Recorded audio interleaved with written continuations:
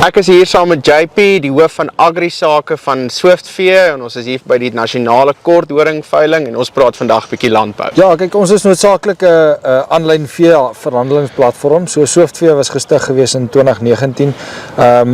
Obviously voor dit het ons baie navorsing gedoen in die mark, gekyk wat kort. En ons het gesien, jy weet die boere kry minder publisiteit en hulle kort meer visibility van hulle brand en hulle veilings. En toe het ons gesien, okay, ons moet die mark betree en ons het ingekom en ons gesien, okay, 'n aanlyn platform is wat vital gaan wees vir die toekoms. En ons het begin met die ontwikkeling en eerste veiling gedoen, nie geweet of dit gaan werk nie in 2019, yes, en dit was suksesvol gewees en toe het ons daarop gegroei en in ons eerste jaar het ons 19 veilings gedoen. Tweede jaar toe slaat COVID en toe is ons 'n noodsaaklikheid vir die boere. Toe kom ons in en ek dink ons het, jy weet, 180 veilings toegehou. Verstaan, was vir ons 'n groot sprong geweest, maar ook lekker om te sien dat ons 'n bydrae maak by die veilings. Klomp van die veilings was dit net ons, die afslaer en die boer geweest.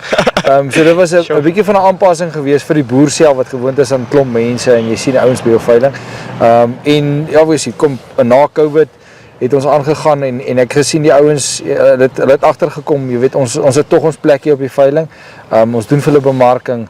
Ons bring daai kopers wat nie by jou veiling kan wees nie na jou veiling toe. Die ouens be in real time op jou veiling. So dit het net vir die ouens gemaklik geraak. Jy weet, ons het ouens wat gesê het, man, ek het al by 'n veiling gekry toe dit nou so koud soos vandag is.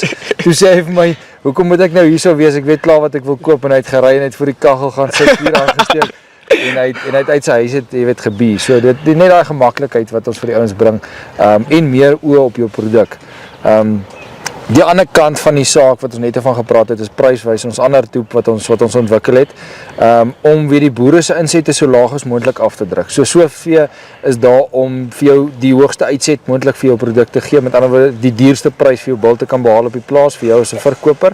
En dan pryswys aan die ander kant is om jou insette so laag as moontlik te kry. So met ander woorde om jou voerkoste af te druk, om jou veeartsenykoste af te bring. As jy plant, jou saad en jou kunsmiskoste, al daai saad en al daai inkomste, al daai insetkoste vir jou boerdery so laag as moontlik te druk sodat daai prysverskil in jou winsmarge 'n bietjie groter is. So ons is uit en uit daar om 'n hand by te sit soos wat julle doen om die boere te help in die gemeenskap, om die ouens te help om hulle, jy weet, hulle brand 'n bietjie visible te maak. Dit is ons groot doel in Swiftvee. Wat 'n ongelooflike diens wat julle eintlik lewer aan boere. Ons staan vandag hierso by die nasionale korthoringveiling en hier's 'n bil wat julle verkoop deur julle platform.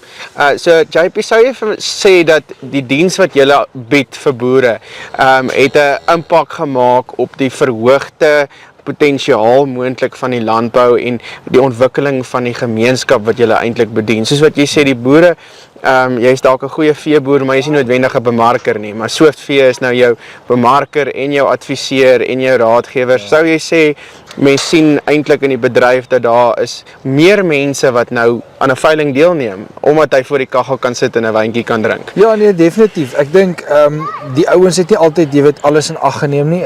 Ons sê vir die ou na die tyd, hoor jy, soveel ouens geregistreer, soveel ouens jou veiling gekyk. En as ek vir 'n ou sê, hoor jy, so dat 600 of 1000 mense jou veiling gekyk, dan jy weet, dan val hy amper agteroor, verstaan.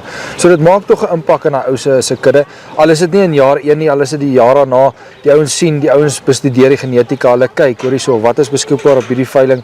En miskien het hy al 'n bil gekoop in die jaar of 'n ram gekoop in die jaar, maar nou weet hy, hoor jy, so is goeie genetika teen bekostigbare pryse.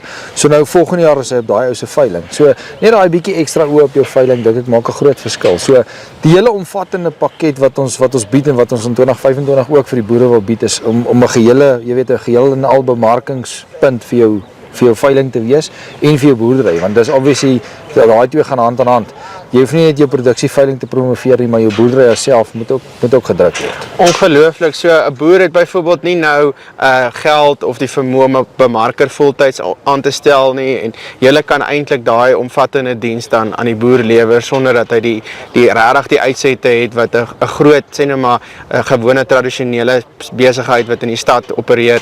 'n Boer het nie noodwendig dit nie, maar julle kan dit bied. Yes. Ons wil daai gap in die mark vul en vir daai ouens, jy weet, help met hulle sosiale media, help met hulle bemarking. Daar is baie boere wat baie sterk is daarmee. Ander ouens sê, man, dis nie my kernbesigheid nie, hier lê my kernbesigheid. Ek wil diere groot maak, ek wil diere teel om te verkoop. So ons wil daai aanvullende diens vir die ouens bied.